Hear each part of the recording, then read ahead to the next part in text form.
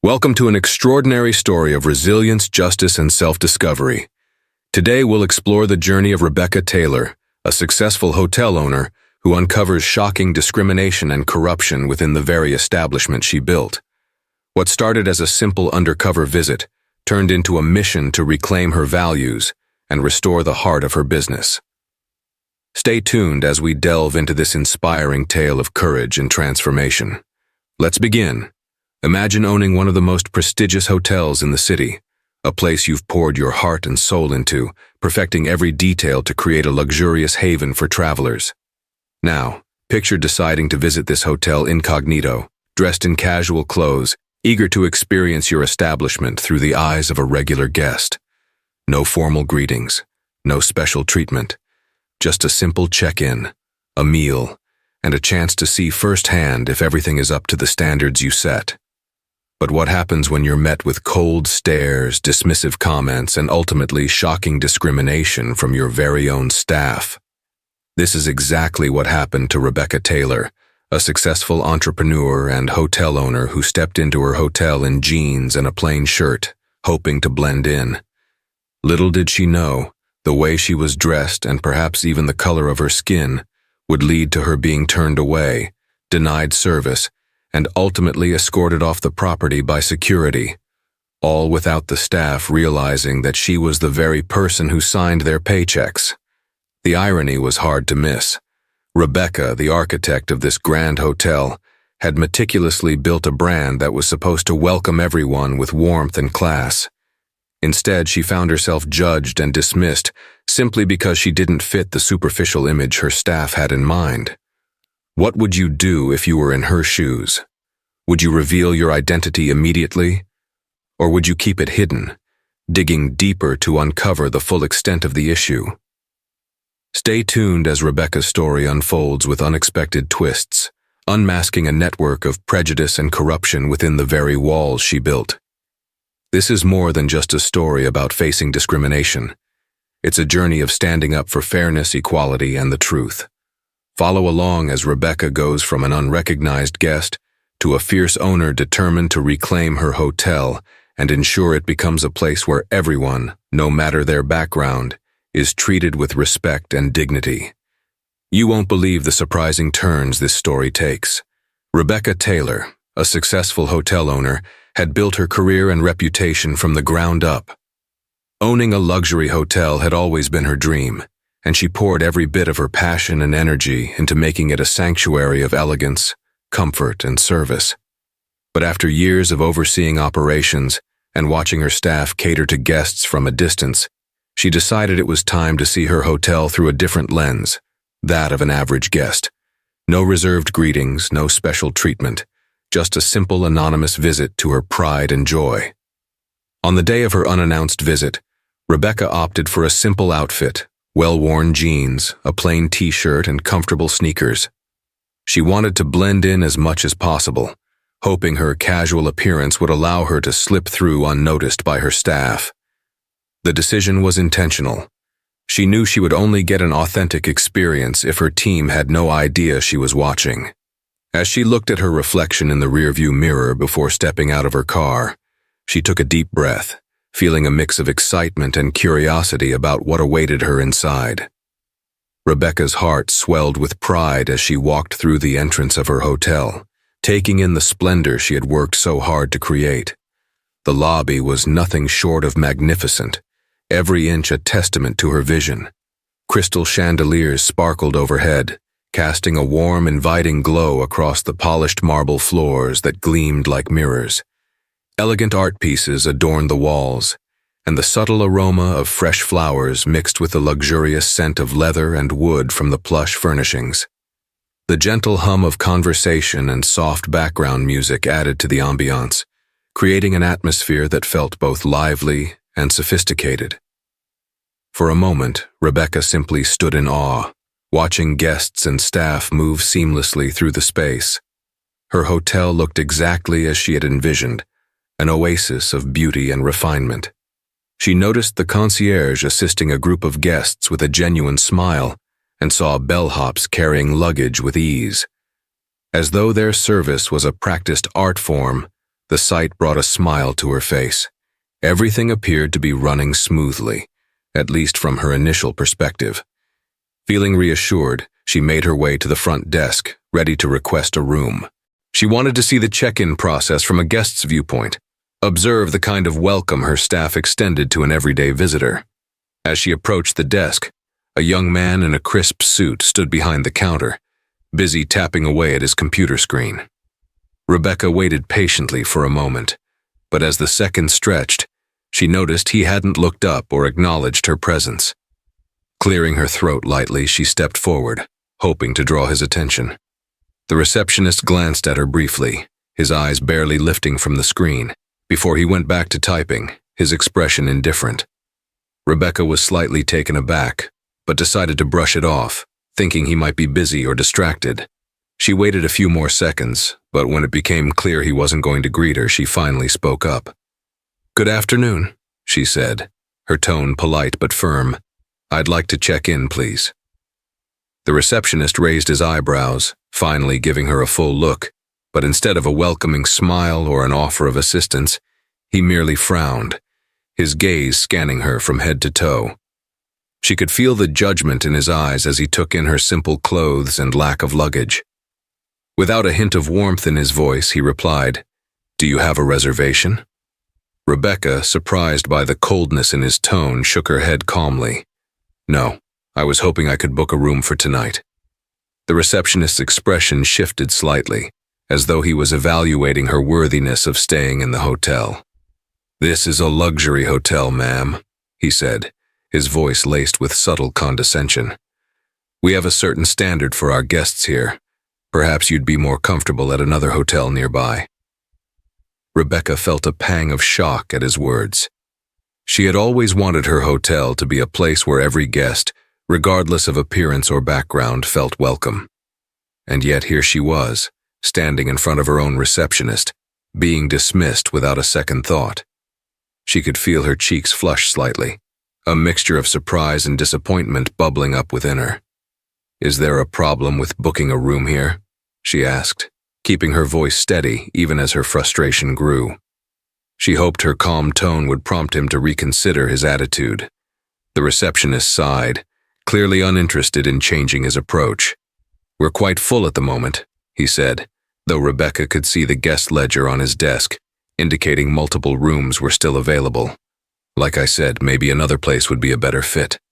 Rebecca's initial shock began to settle into something else, an uneasy realization. She knew that if she revealed her identity, the man would likely apologize and scramble to make things right. This wasn't about her. It was about understanding how her staff treated all guests, especially those who didn't meet their preconceived standards. She decided to press on, testing the boundaries of his hospitality. "I'm willing to pay whatever the rate is," she said, her voice still calm but firm. "Could you please check for availability?" He hesitated, his face tightening with irritation, but finally began typing begrudgingly into his computer. After a moment, he gave her a brief nod. "We have one room available," he said, though his tone suggested he wasn't thrilled about it. "Thank you," Rebecca replied, her patience wearing thin but still holding on to her composure. As she finished the check-in process and took her room key, she couldn't shake the nagging feeling in her chest. The disappointment she felt was deeper than she had anticipated. How many other guests had been turned away or treated with indifference simply because they didn't fit the image her staff seemed to expect walking away from the desk? Rebecca resolved to dig deeper. This encounter at the front desk was just the beginning. She intended to see for herself if this was an isolated incident, or if it reflected a larger, more troubling attitude within her hotel. As she took her first steps toward her room, she knew she was about to uncover the true state of her business. One interaction at a time, Rebecca Taylor, still reeling from her uncomfortable check-in experience, decided to press on, silently observing the behavior of her staff without revealing her true identity. She couldn't shake the chill that had settled in her after being dismissed so abruptly. There she was, in the very hotel she'd dreamed up, funded, and managed, only to be treated as if she were unworthy of the comfort she herself had created. After the encounter at the front desk, Rebecca decided to test the service in other parts of the hotel. She made her way over to the main lobby area, intending to sit down for a moment, take in the ambience and observe how other guests were treated. As she watched, she saw other patrons approach the front desk, each receiving cheerful welcomes and warm, engaging smiles from the staff. A well-dressed couple arrived, and the same receptionist who had dismissed her minutes earlier was all charm and attentiveness, even offering to upgrade their room to ensure the finest experience possible. Rebecca felt a pang of frustration rise within her, realizing the stark difference in treatment. She wondered how many guests had experienced the same type of disregard she had simply because they didn't look the part. Determined not to let this single encounter define her entire hotel experience, she walked over to the hotel's restaurant to test the service there. As she approached the entrance, she was greeted by a hostess standing behind a sleek, polished podium. The young woman, with a distant look on her face, barely glanced up as Rebecca approached. "Good evening," Rebecca said, hoping that her polite approach would make a difference. The hostess finally looked up, her eyes sweeping over Rebecca's casual attire. Her brow furrowed slightly, and a faintly patronizing look flickered across her face. "Do you have a reservation?" she asked, her tone cool. Rebecca replied, "No, I was hoping I could get a table for one. It's just me." The hostess didn't bother to check the reservation book or even glance into the dining area. "We're fully booked tonight," she said briskly. "Maybe you could try somewhere else nearby." Rebecca was stunned. From her vantage point, she could clearly see multiple empty tables scattered throughout the restaurant. It wasn't even peak dinner time yet, and there was no visible rush of patrons waiting to be seated. She felt a sinking feeling in her stomach, realizing that the problem seemed to go beyond a single dismissive receptionist, not one to let something slide without understanding the full picture. She decided to probe further. "I understand, but are you sure there's absolutely no room?" "I can see a few open tables right now," she said, gesturing toward the vacant spots with a polite smile. The hostess barely glanced in the direction Rebecca indicated. "They're reserved," she replied curtly, her eyes narrowing, as if daring Rebecca to push the matter further. Rebecca felt her patience begin to wane. The attitude, the dismissive tone, and the reluctance to even make an effort to accommodate her. All of it grated on her in ways she hadn't expected, but she held her composure. Years of running a successful business had taught her the importance of keeping a level head, tense situations. She leaned forward slightly, lowering her voice. "Are you turning me away because of the way I'm dressed, or is there another reason you're not willing to serve me?" The hostess shifted uncomfortably, clearly caught off guard by the question. For a moment she hesitated, her confident facade cracking just enough to reveal an underlying discomfort, but it was fleeting. She quickly composed herself and said, "I'm sorry, ma'am, but we are fully booked. If you'd like, I can recommend a few other places that might be more suited to your needs." The last word hung in the air, unspoken but understood. Rebecca felt a surge of indignation rise within her. She could reveal her identity in an instant. Watch this hostess's attitude dissolve into apologies and perhaps even see her scramble to make up for her behavior, but doing so would cut short her ability to see the full picture. No, Rebecca thought. She needed to understand just how deep this went. To know if this was merely a problem with one or two staff members, or a cultural issue permeating her entire establishment. With a controlled breath, she nodded politely. "Thank you. An atmosphere of inclusivity, luxury, and warmth for everyone."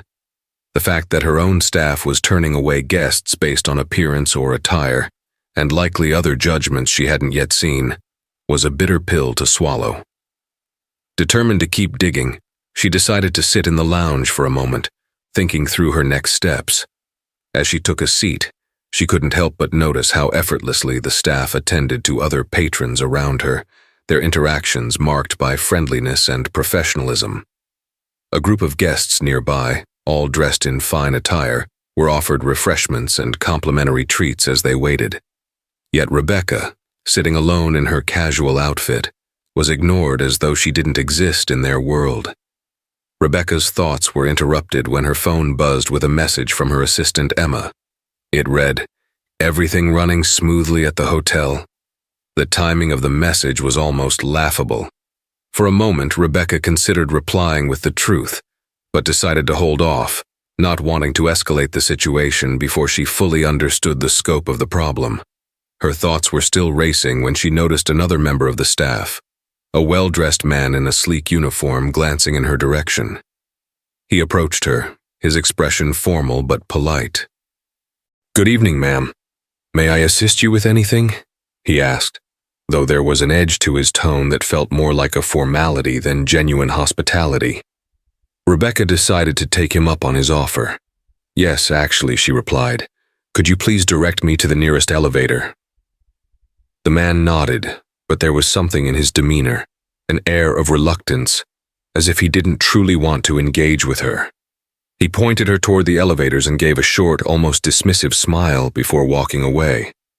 Rebecca's heart sank. The small, consistent signs of indifference and subtle prejudice were piling up, each interaction painting a clearer picture of an issue that went far beyond a single rude receptionist. She couldn't help but wonder, this was how they treated a guest who merely appeared to be of a lower economic status. How would they respond to others who didn't fit their unspoken standards? Before heading up to her room, she made one last attempt to see if her experience would improve. She approached the concierge desk, hoping that this part of the staff might break the trend of discourteous behavior. But as she reached the counter, the concierge, a middle-aged woman with a meticulously styled appearance, looked up, gave Rebecca a cursory glance, and then returned her attention to her computer without a word.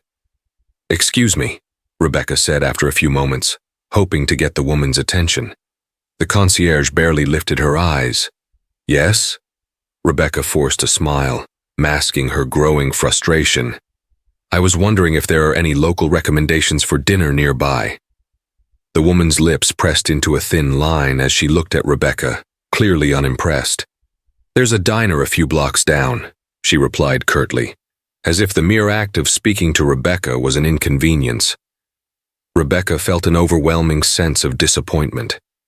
She had designed this hotel to embody a refined, welcoming atmosphere, a place where everyone would feel valued and catered to. Yet here she was, treated as if she were less than, undeserving of the hospitality she herself had worked so hard to cultivate. She left the concierge desk and finally made her way to the elevator, her mind a whirlwind of emotions. She felt embarrassed, saddened, and above all betrayed. The prejudices she had witnessed weren't just isolated incidents.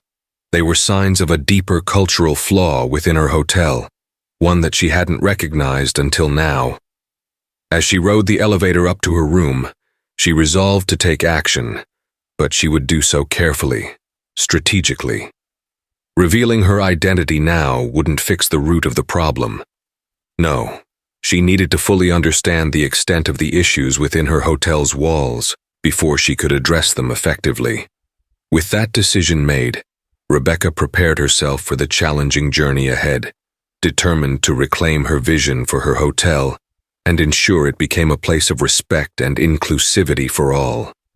After her disappointing experience at the front desk and her unsuccessful attempt to gather recommendations from the concierge, Rebecca decided to return to the hotel restaurant one more time. She thought, maybe, just maybe, her experience earlier had been a fluke. Perhaps the hostess had genuinely misjudged the availability of tables or had been preoccupied with other tasks. She took a deep breath, shook off her growing frustration, and approached the restaurant entrance once more. The hostess, the same young woman as before, was standing behind the podium, scrolling through a tablet with a distant, disinterested look on her face. When she noticed Rebecca approaching, she let out a small sigh, clearly unenthused about their interaction. "Hello again," Rebecca said politely, hoping to make this exchange a little more pleasant. "I was wondering if there's a chance you might have a table available now." The hostess looked up and, without even glancing toward the restaurant seating area, she shook her head. "As I mentioned earlier, we're fully booked," she replied flatly. Rebecca glanced past the hostess, her eyes taking in the numerous empty tables scattered throughout the room. Some were set with fresh silverware and menus, clearly prepared for guests.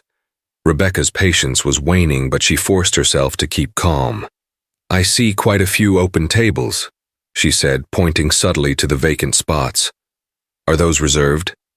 The hostess's eyes narrowed slightly. "Yes, they're reserved," she replied curtly, not bothering to elaborate further. Rebecca's patience was wearing thin, but she maintained her composure. "I don't mean to press, but it does look like you have more than enough availability. I would be happy to wait, or if a table opens up, I wouldn't mind being notified." The hostess crossed her arms, her expression growing increasingly cold. "Ma'am," she said, her voice dripping with irritation, "I don't think this is the kind of establishment that suits you. There are plenty of other places nearby that might be more suitable." The implication was clear, and Rebecca felt a surge of indignation rise within her. For the first time, she realized the issue went beyond her attire or a simple misunderstanding. This was a direct attempt to dismiss her, based solely on a perception that she somehow didn't belong in her own establishment. Before she could say another word, the hostess gave her a final dismissive look and turned her attention back to the tablet, effectively ending the conversation. Rebecca's heart pounded with a mixture of disbelief and frustration. How could this be happening? And why did her own staff think it was acceptable to treat anyone this way? Determined to keep her identity concealed for now, Rebecca turned away from the podium and started to walk back toward the lobby.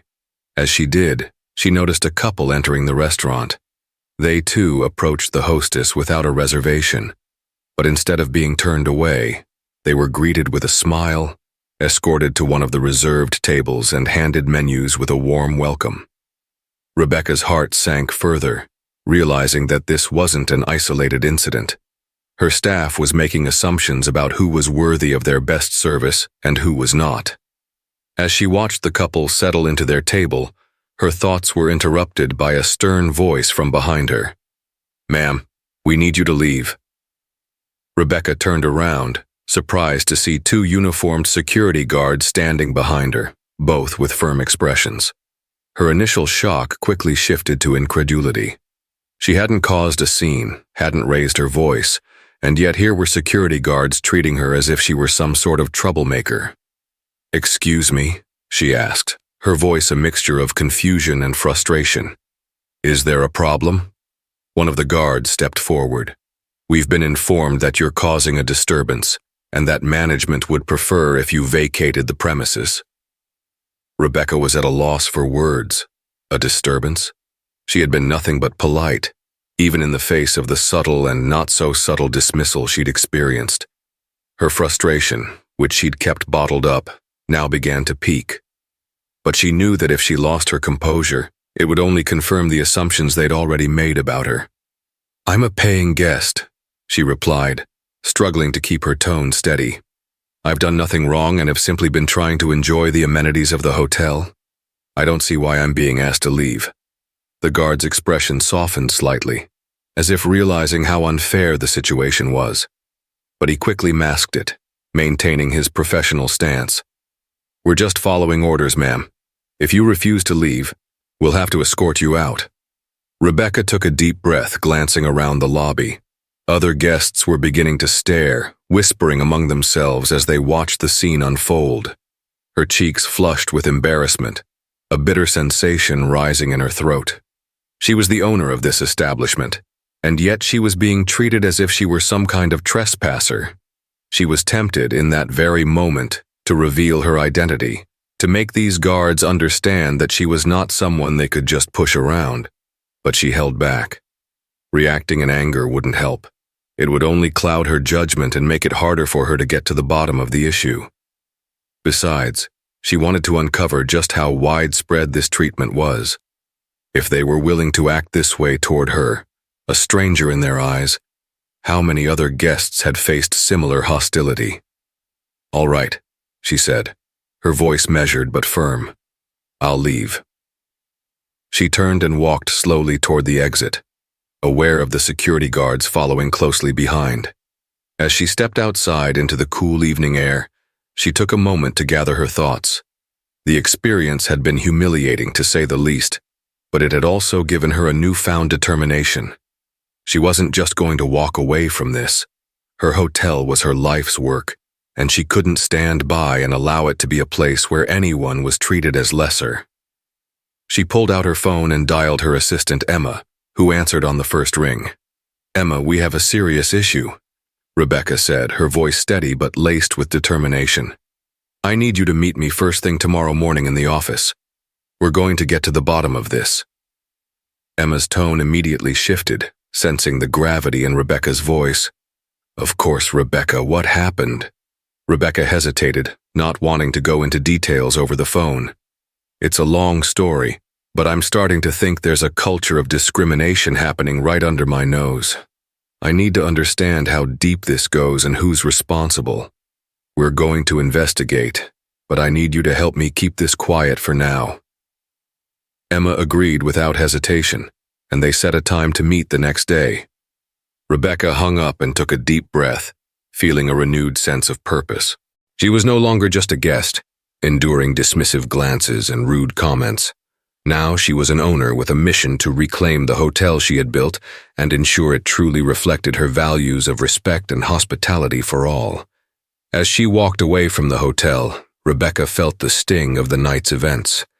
The way she had been treated by her own staff was nothing short of appalling, but it had opened her eyes to a reality she couldn't ignore. She knew now that her presence as a silent observer, hidden from the staff's awareness, had exposed truths she wouldn't have seen otherwise. Her decision to go undercover had given her invaluable insight, and while it had been painful, it was necessary. She resolved to return, this time even more committed to uncovering the full extent of the issue. Tomorrow she would step back into her role as the hotel's owner, not to flaunt her authority, but to ensure that her hotel, her dream, became the inclusive, respectful space she had always envisioned. The next morning, Rebecca met her assistant, Emma, in her office. Rebecca detailed the humiliating encounters she had experienced as a guest, recounting how the staff had treated her with blatant disregard, turning her away, ignoring her, and even having security escort her from her own hotel. Emma listened, her expression shifting from shock to anger as the story unfolded. "We need to get to the bottom of this, but we can't just rely on what happened yesterday," Rebecca said. "I want to see if this is an isolated case or if it's a pattern that affects other guests. I'll need to go undercover again. This time we'll be strategic about it." Emma nodded, her eyes bright with determination. "Whatever you need, I'm here to help." Rebecca explained her plan. She would return to the hotel under a false name, posing as a new guest, checking in for a few days. This time she would fully immerse herself in the experience, testing not only the reception and restaurant staff, but also room service, housekeeping, and any other services that her hotel offered. Emma quickly arranged a reservation under the name Renee Grant, ensuring that no one on the team would recognize it. They chose a room in one of the standard categories, so her stay would reflect the experience of a typical guest. When evening came, Rebecca arrived at the hotel once more, now with her cover fully in place. She wore a modest dress and minimal accessories, presenting a refined but simple appearance. Her goal was to blend in as much as possible, avoiding any indicators that might make the staff suspicious. She approached the front desk with a calm resolve, determined to see this plan through. A young woman, different from the receptionist she had encountered the day before, greeted her with a warm smile. "Good evening, ma'am. Welcome to the Crescent Bay Hotel. How can I help you?" Rebecca felt a glimmer of relief at the polite greeting, but reminded herself to remain cautious. "I have a reservation under the name Renee Grant," she replied. The woman quickly typed into her computer, her smile never faltering. "Yes, Miss Grant. I see your reservation here for a 3-night stay. Let me get you checked in." She processed the reservation efficiently and handed over Rebecca's keycard with a friendly nod. "If you need any assistance, please don't hesitate to let us know." The check-in experience was smooth and professional, a stark contrast to the dismissive treatment she had received the day before. Rebecca thanked the receptionist and made her way to her room, already noting how differently she had been treated this time around. Once she was settled in her room, Rebecca planned her next move.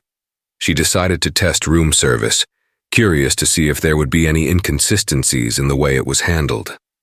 Picking up the phone, she ordered a simple dinner, a club sandwich with a side of fries and a glass of sparkling water.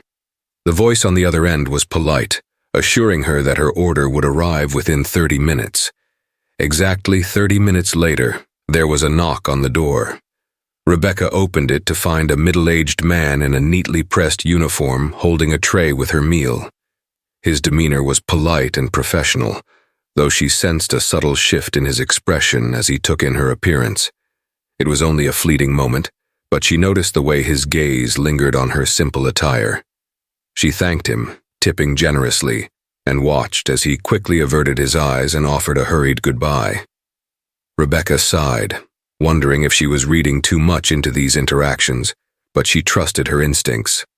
There was an underlying tension in some of the staff's reactions, faint discomfort that seemed to stem from her appearance. She jotted down notes, determined to keep a thorough record of every interaction she experienced. The following morning, Rebecca decided to visit the hotel's spa. It was one of the property's most praised features, offering an array of luxurious treatments designed to leave guests feeling rejuvenated and pampered. She approached the spa's reception area, where a woman greeted her with a smile that quickly faded as she looked Rebecca up and down. "Good morning," Rebecca said politely. "I'd like to book a massage."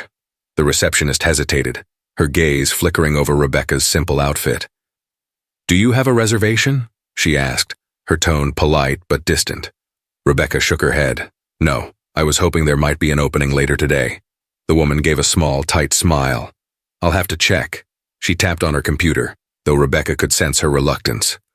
"It looks like we're fully booked for the day," she said finally. "I might be able to fit you in tomorrow, but we prioritize reservations." Rebecca nodded, sensing the familiar chill she had felt from other staff members. She couldn't help but notice how other guests dressed in fine attire were welcomed warmly and offered spa treatments without hesitation. Feeling disheartened, Rebecca left the spa, adding another note to her growing list of observations. Throughout the day, Rebecca continued to test various areas of the hotel. She visited the pool, observed the service in the lounge, and engaged with housekeeping. Her observations were consistent. Guests who appeared wealthy or fashionable were greeted with enthusiasm and attended to immediately, while those who seemed less affluent, like herself in her current attire, were either ignored or treated with polite indifference. In the evening, Rebecca decided to dine at the restaurant once more. This time, she was given a table without any trouble, though the hostess still looked at her with a faintly skeptical expression. As she observed the other diners, she noted the contrast in the way waitstaff interacted with guests. For those in expensive clothes or jewelry, the service was attentive and cheerful, while those in simpler attire received noticeably less attention. Rebecca's mind raced as she connected the dots. Clear pattern was emerging, one that exposed a deep-seated bias within her staff's attitudes toward guests. It wasn't just a matter of professionalism or efficiency. There was a cultural issue rooted in appearance-based judgments. Her own staff, people she trusted to uphold the values of her establishment, were dividing guests into worthy and unworthy categories based on little more than their outward appearance. As she finished her meal, Rebecca felt a growing sense of urgency to address the problem. She knew she couldn't continue to operate her hotel in good conscience. While allowing this behavior to go unchecked, her undercover experience had revealed an unpleasant truth, but it also gave her the insight she needed to make real change. When she returned to her room that night, Rebecca called Emma to discuss her findings. "I've seen enough," she said, her voice resolute. "It's not just a few individuals. This is a widespread issue." Emma's response was filled with determination. "What's our next step?" "We're going to address this from the top down," Rebecca replied. "We'll start with an investigation to gather more details and statements from employees who might have seen this happen. Then we'll confront the individuals responsible for creating and perpetuating this culture. And if it goes higher up, we'll deal with that too. As Rebecca hung up, she felt a mixture of relief and anger. Her mission was now clear. She had come to her hotel as an anonymous guest to understand the guest experience, and what she had uncovered was a far-reaching culture of bias and discrimination. It was painful to realize that her establishment had strayed so far from her ideals, but she knew she was the only one who could put it right. With a final look around her room, Rebecca steeled herself for the challenges ahead. The road wouldn't be easy, but she was determined to rebuild her hotel's reputation from the inside out. No guest, no matter their background, appearance, or perceived status, would ever feel unwelcome in her hotel again. The following day, Rebecca and Emma sat in Rebecca's office, poring over documents and records that Emma had meticulously gathered. These weren't just any records. Emma had uncovered files that contained guest complaints and feedback spanning the past several years. While most reviews painted the hotel in a positive light, there were disturbing patterns hidden within. Several complaints highlighted a recurring issue. Certain guests, often those who didn't fit the luxury image, were receiving subpar treatment. These complaints had either been downplayed or ignored entirely, swept under the rug. To protect the hotel's pristine reputation, Rebecca felt a pang of guilt as she read through each complaint. Guests described feeling ignored, dismissed, or spoken to rudely by the staff, especially when they were casually dressed or appeared to be of a lower economic background. Some guests noted that they were turned away from the restaurant, even when tables were visibly empty, just as Rebecca had experienced. Others recounted being passed over by staff who seemed to prioritize more affluent-looking guests. Emma flipped to a particularly unsettling complaint from a guest who had requested an upgraded room, but was moved to a smaller one without explanation. When the guest asked why, they were told there were no available upgrades. Despite seeing other guests receiving them upon request, the guest had left a frustrated comment, feeling as if they'd been judged and undervalued and based on appearance alone. "It's clear there's a systemic issue here," Emma said, her voice somber as she looked up from the papers. "These aren't isolated incidents, Rebecca. This has been happening for a while." Rebecca sighed, leaning back in her chair and pinching the bridge of her nose. "How did we let it get to this point?" she muttered, almost to herself. "I never wanted my hotel to be a place where people were judged by their appearance or treated differently because of their background." Emma hesitated before speaking again. "There's something else I found," she said carefully. "I've been talking to some of the staff, and one of them, a longtime employee named Maria, mentioned something important. She agreed to speak with you directly, but she hinted that someone higher up might be orchestrating these practices." Rebecca's heart sank. "Who?" "His name is Mr. Anderson," Emma replied. "He's one of the senior managers in guest relations. According to Maria, he's been subtly enforcing these standards, encouraging staff to prioritize certain types of guests over others. He never gives direct orders, but his preferences are well known among the team." Rebecca felt a surge of frustration. Mr. Anderson had been with the hotel since its early days, and she had always trusted him to maintain the highest standards of hospitality. If he was behind this, it meant the problem ran deeper than she had initially thought. She couldn't shake the disappointment in realizing that someone she had considered a reliable manager could be contributing to the toxic culture that had taken root in her hotel. "Can you arrange a meeting with Maria?" Rebecca asked, her voice steady, determined. "I need to hear directly from her." Emma nodded, already pulling out her phone to contact Maria. Within minutes, they had arranged for her to meet with Rebecca later that afternoon. Rebecca prepared herself for the conversation, her mind racing with questions and concerns. She wanted to understand the full scope of the issue, and Maria might be the key to unlocking the truth. That afternoon, Maria arrived at Rebecca's office, looking visibly nervous.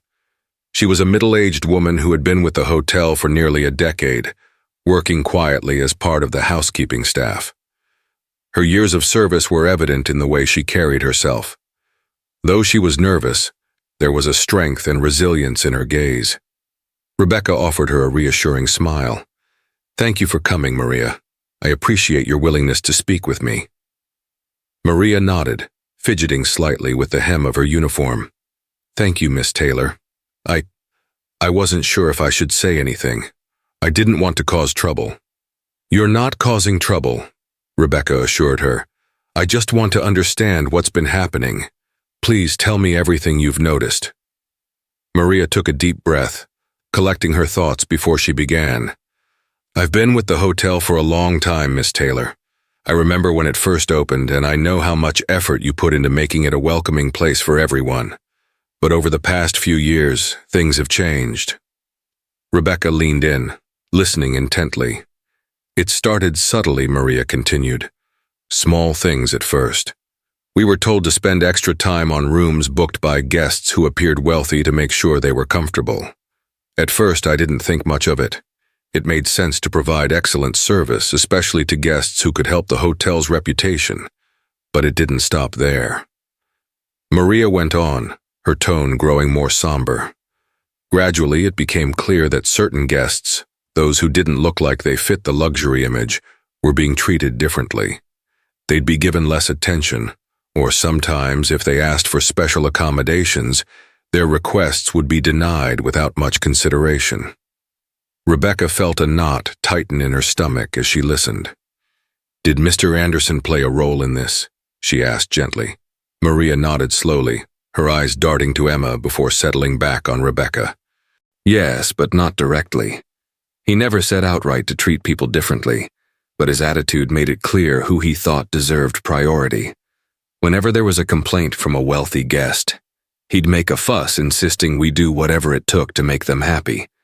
But if the complaint came from someone he deemed less important, he'd dismiss it, saying we couldn't cater to every single request." Rebecca clenched her fists, trying to keep her emotions in check. "So he created an environment where certain guests were subtly encouraged to feel like second-class citizens?" Maria nodded, looking down at her hands. "It's like there's an unspoken rule. I know other staff members feel it too. They know Mr. Anderson's preferences, and they follow his lead to avoid any trouble." Rebecca took a breath, processing everything she'd heard. She was angry, disappointed, and hurt that this had been happening under her watch.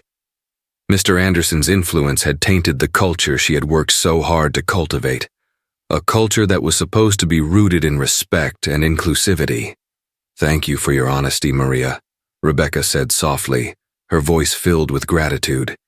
"It takes courage to speak up, and I promise you, we're going to address this." Maria offered a tentative smile. "I'm glad to hear that, Miss Taylor. There are so many good people here, and we want the hotel to be the place you envisioned." Rebecca nodded, feeling a renewed sense of purpose. "It will be," she replied firmly. "Thank you again, Maria. Your feedback is invaluable."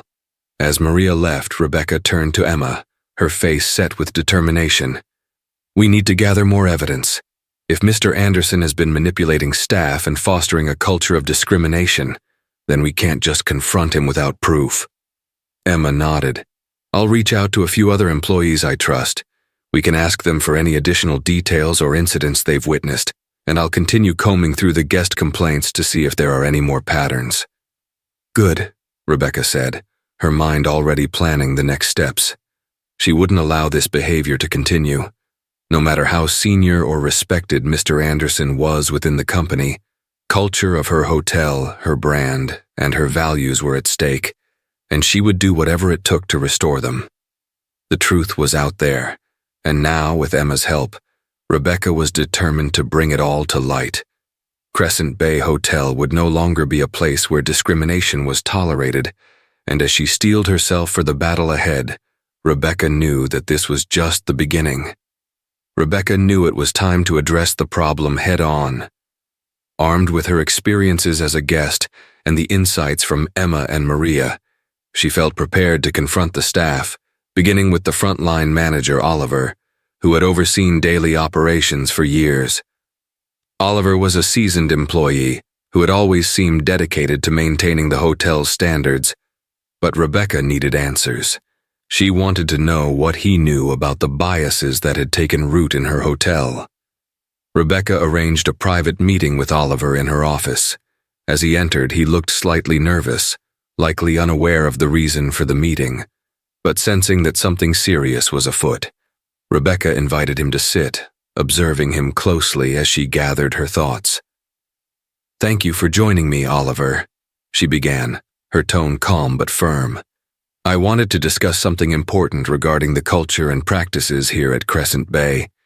I'm sure you know by now that I've been staying in the hotel as a guest, anonymously." Oliver's eyes widened slightly, a look of surprise flashing across his face. "Oh, I wasn't aware of that," he replied, shifting uncomfortably in his seat. "Is everything all right with your stay?" Rebecca nodded, though her expression remained serious. "Yes and no. I went undercover to experience the hotel from the perspective of an ordinary guest. What I discovered was both eye-opening and deeply concerning." She paused, watching as Oliver's expression shifted to a mixture of confusion and worry. She continued, "I encountered several instances where I was treated as if I didn't belong. I was turned away from the restaurant, dismissed by reception staff, and even asked to leave the premises by security. It was clear that I was being judged based on my appearance." Oliver's face grew pale. He opened his mouth to speak, but Rebecca held up her hand, stopping him. "Please let me finish. I've also reviewed several years' worth of guest complaints and feedback. Unfortunately, it appears that my experience was not unique. Many guests who don't fit the typical image of a luxury guest have been treated similarly. They've been ignored, dismissed, and even denied services that were available to others." Oliver's face reflected a mix of guilt and shock. I had no idea," he stammered, his voice unsteady. "Miss Taylor, I assure you I never intended for this to happen." Rebecca's gaze was unwavering. "Whether you intended it or not, it has happened, and it's become clear to me that this issue goes beyond individual staff members. It's a cultural problem, one that has infected the way our team approaches hospitality. As the manager overseeing daily operations, I need to know, how did this slip by you?" Oliver's shoulders slumped and he let out a shaky sigh. "I knew there were preferences, certain unspoken expectations about the types of guests who were encouraged to stay here, but I always thought it was just a matter of upholding the hotel's image. I didn't realize it had gotten this bad." Rebecca's patience was running thin. "What do you mean by preferences, Oliver? Who set these expectations?" Oliver hesitated, a pained expression on his face. "Mr. Anderson," he admitted quietly. "He's made it clear over the years that we should focus our efforts on maintaining a certain standard. He never outright instructed us to treat certain guests differently, but he would make subtle comments, suggestions about who we should cater to and who we shouldn't bother going out of our way for." Rebecca clenched her fists, keeping her composure despite the anger building within her. "So Mr. Anderson has been quietly influencing the staff to prioritize certain guests while marginalizing others?" Oliver nodded, his gaze downcast. "Yes, but he's very careful. He never gives explicit instructions, just suggestions. He phrases it as being in the best interest of the hotel's reputation, as if catering to only a certain type of guest is what makes us successful." Rebecca's heart sank. Picture was becoming clearer, but it was also more troubling than she had anticipated.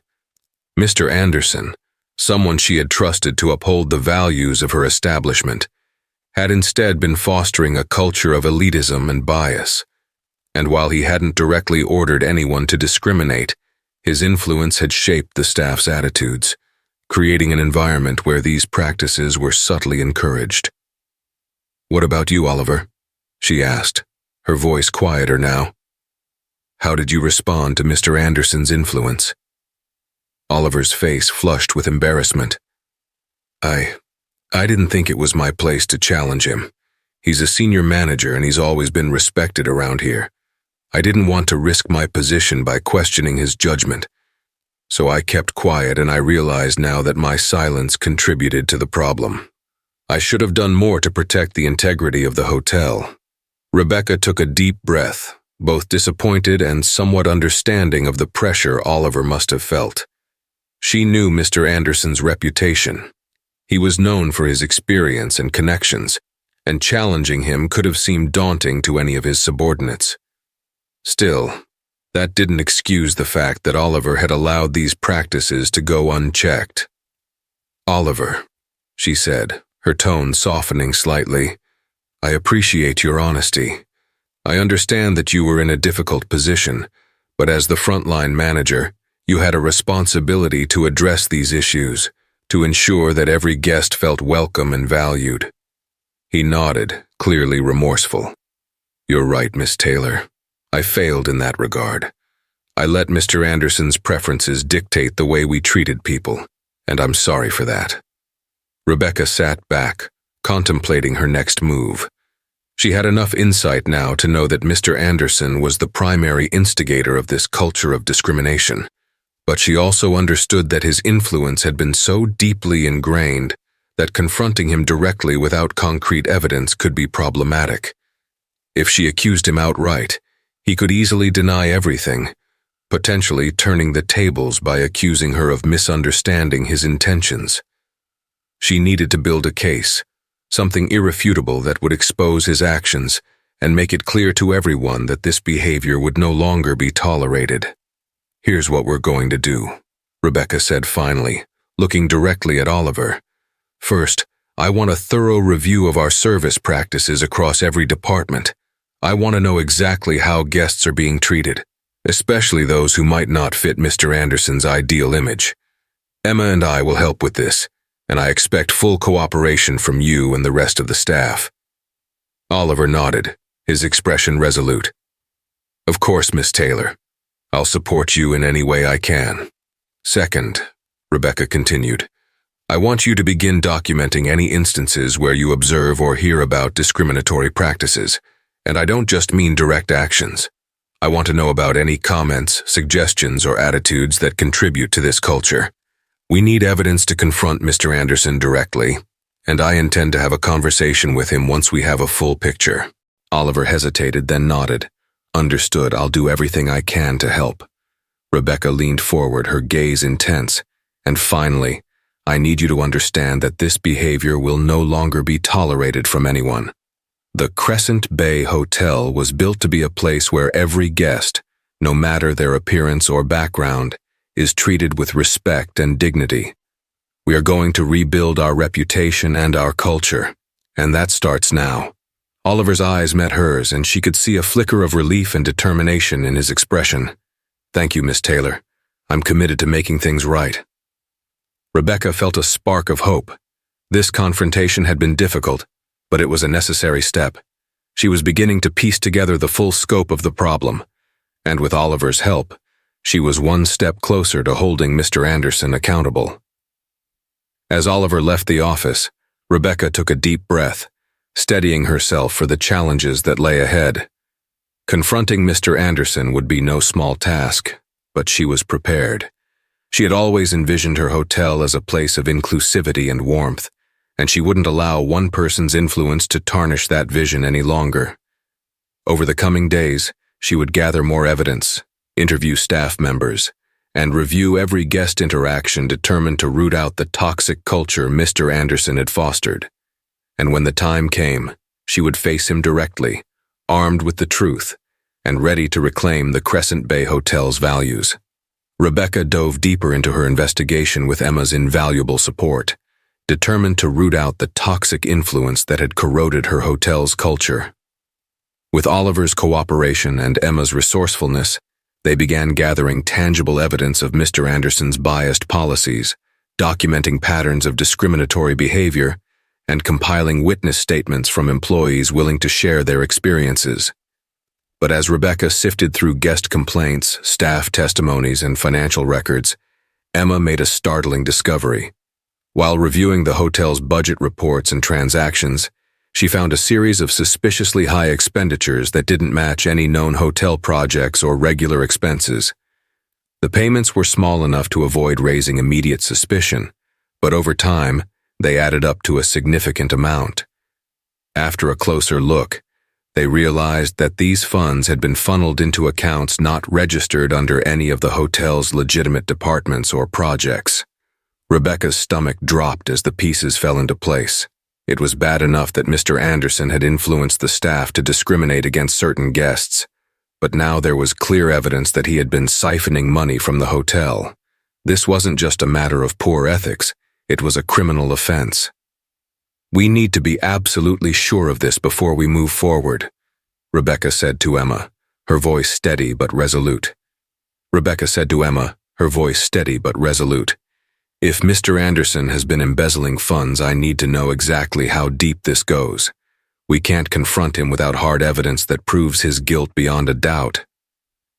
Emma nodded, her expression equally determined. "I'll keep digging, and I'll reach out to the accounting team discreetly to see if they noticed anything unusual in the financials." Over the next several days, Emma continued to comb through records, while Rebecca conducted discreet interviews with employees who had previously worked under Mr. Anderson. Many of them expressed relief that someone was finally looking into his behavior. Several staff members recounted how Mr. Anderson had subtly pressured them to prioritize guests who fit the luxury image while discouraging them from going out of their way for others. They confirmed that Mr. Anderson's preferences were an unspoken rule, a rule enforced with the threat of consequences for those who didn't comply. Emma's research also yielded critical information. Several discrepancies in invoices and payments tied directly to Mr. Anderson's oversight. The funds appeared to have been redirected through a complex series of transactions, but Emma's tenacity helped her trace the trail back to a personal account that, after further investigation, turned out to belong to Mr. Anderson. It was the proof Rebecca needed, evidence of both his discrimination and his financial misconduct. With the mounting evidence, Rebecca formulated a strategy. She would confront Mr. Anderson directly, but she would also involve one of the board members who had supported her vision for the hotel from the start. She wanted to ensure that this wasn't just a private matter between her and Anderson. The corruption ran too deep for that. She needed to make it clear that this behavior was intolerable and that those responsible would be held accountable. Rebecca arranged a private meeting in the hotel's boardroom, inviting both Mr. Anderson and Mr. Thorne, a respected board member known for his integrity and commitment to the hotel's mission. Mr. Anderson arrived first, his confident demeanor unchanged, clearly unaware of the purpose of the meeting. Mr. Thorne entered shortly afterward, exchanging a warm but concerned nod with Rebecca as he took his seat. "Thank you both for joining me," Rebecca began, her tone calm but authoritative. "I've asked you here today to address a serious issue within the hotel." Mr. Anderson raised an eyebrow, his expression faintly dismissive. "Of course, Miss Taylor. I'm always happy to assist with any matters regarding our guests' experience." Rebecca gave him a steady look, her voice unflinching. "Mr. Anderson, I've been conducting an investigation over the past several weeks, observing the behavior of our staff, reviewing guest complaints, and examining financial records. What I've uncovered is not only disappointing, but unacceptable." A flicker of concern crossed Mr. Anderson's face, though he quickly masked it. "I'm not sure I understand," he said smoothly. Rebecca didn't flinch. She pulled out a folder filled with documentation and opened it, sliding several guest complaints and statements from employees across the table.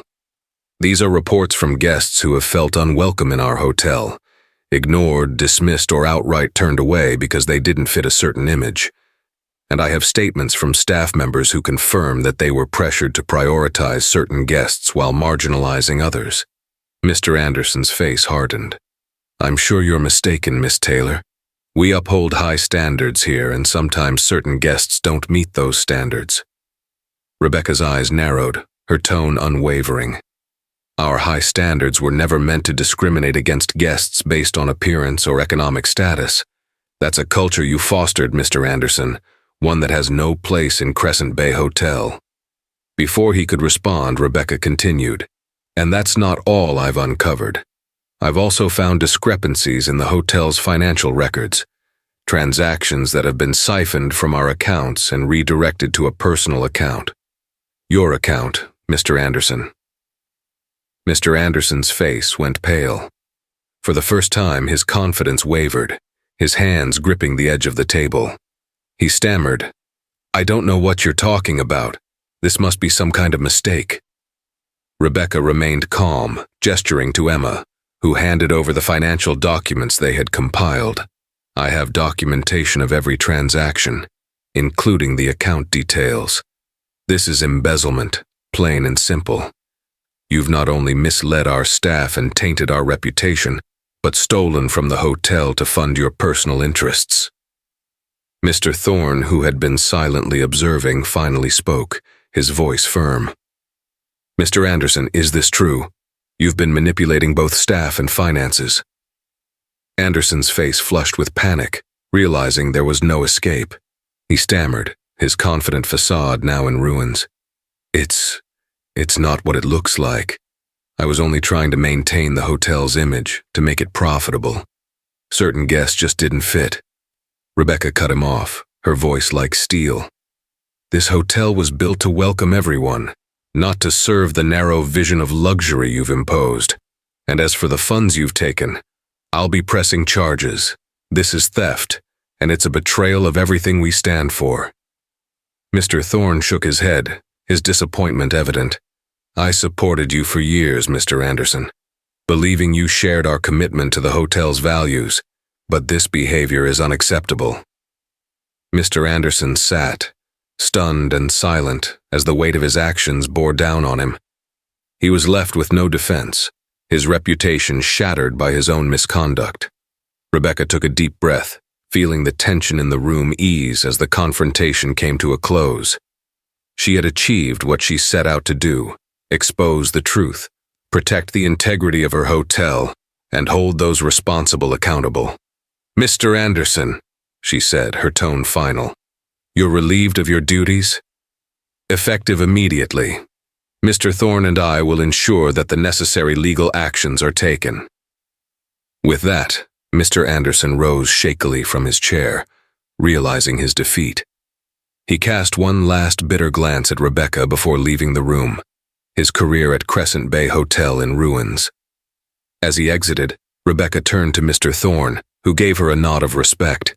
"You handled this with remarkable strength, Rebecca. I'm confident that the hotel is in the right hands." Rebecca smiled, feeling a profound sense of relief. It had been a difficult journey, but her commitment to restoring the hotel's reputation and culture, Nia had never wavered.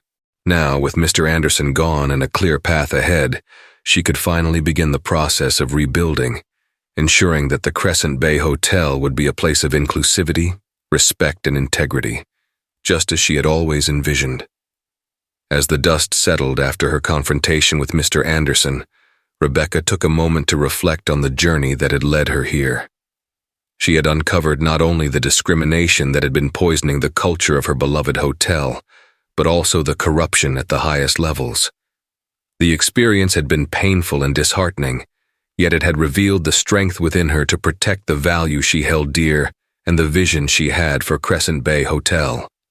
In the days that followed, Rebecca implemented sweeping reforms to restore trust, not only among her guests but also within her team. She started by introducing comprehensive training programs designed to instill a commitment to inclusivity and respect. The sessions focused on cultivating a service mindset rooted in empathy and equality, ensuring that every staff member understood the importance of treating each guest with the same level of respect, regardless of appearance or background. Rebecca also introduced policies for transparency and accountability, setting clear expectations for staff behavior, and providing a safe platform for employees to voice concerns without fear of retaliation. Anonymous feedback channels allowed staff members to report any discriminatory practices or mistreatment they observed. Rebecca knew that real change required consistent vigilance and the trust of her employees, and she was committed to creating an environment where open communication thrived. To reinforce her vision, Rebecca conducted regular meetings with her management team, emphasizing the hotel's mission as a place of warmth, inclusivity, and luxury for all. She actively involved staff in discussions about the hotel's values, encouraging them to share their ideas and perspectives. This collaborative approach fostered a renewed sense of pride and unity, helping everyone feel personally invested in the hotel's success. Rebecca's reforms began to make a noticeable impact. Guests who had once felt overlooked now received the same level of attentiveness as everyone else. Staff morale improved as employees felt empowered to deliver genuine hospitality, free from the unspoken pressures that had previously dictated their actions. The hotel regained its reputation as a place of elegance and welcome, not just for the wealthy or stylish, but for all who walked through its doors. Reflecting on the journey, Rebecca felt a renewed sense of purpose. Her experience had taught her that building a successful business wasn't just about luxury and appearances. It was about fostering a culture of integrity and respect. By confronting the corruption within her own establishment, she had reclaimed the hotel's values and set it on a path toward a brighter, more inclusive future. As Rebecca looked out over the lobby bustling with guests of all backgrounds, she felt an overwhelming sense of hope and empowerment. Crescent Bay Hotel was now a symbol of fairness, transparency, and hospitality, a place where everyone was welcome. Her commitment to these principles would ensure that her hotel continued to stand as a beacon of respect and inclusivity for years to come. Her hotel continued to stand as a beacon of respect and inclusivity for years to come. This story teaches us the importance of courage, humility, and standing up for what's right. Rebecca Taylor's journey reminds us that true leadership means taking responsibility, addressing uncomfortable truths, and creating spaces where everyone feels valued and respected. Her actions transformed not just a business but also the lives of many, showing that integrity and fairness always triumph in the end. If you found this story inspiring, please give it a thumbs up, share it with your friends, and don't forget to subscribe to our channel for more stories that motivate and empower. Thank you for watching, and see you next time.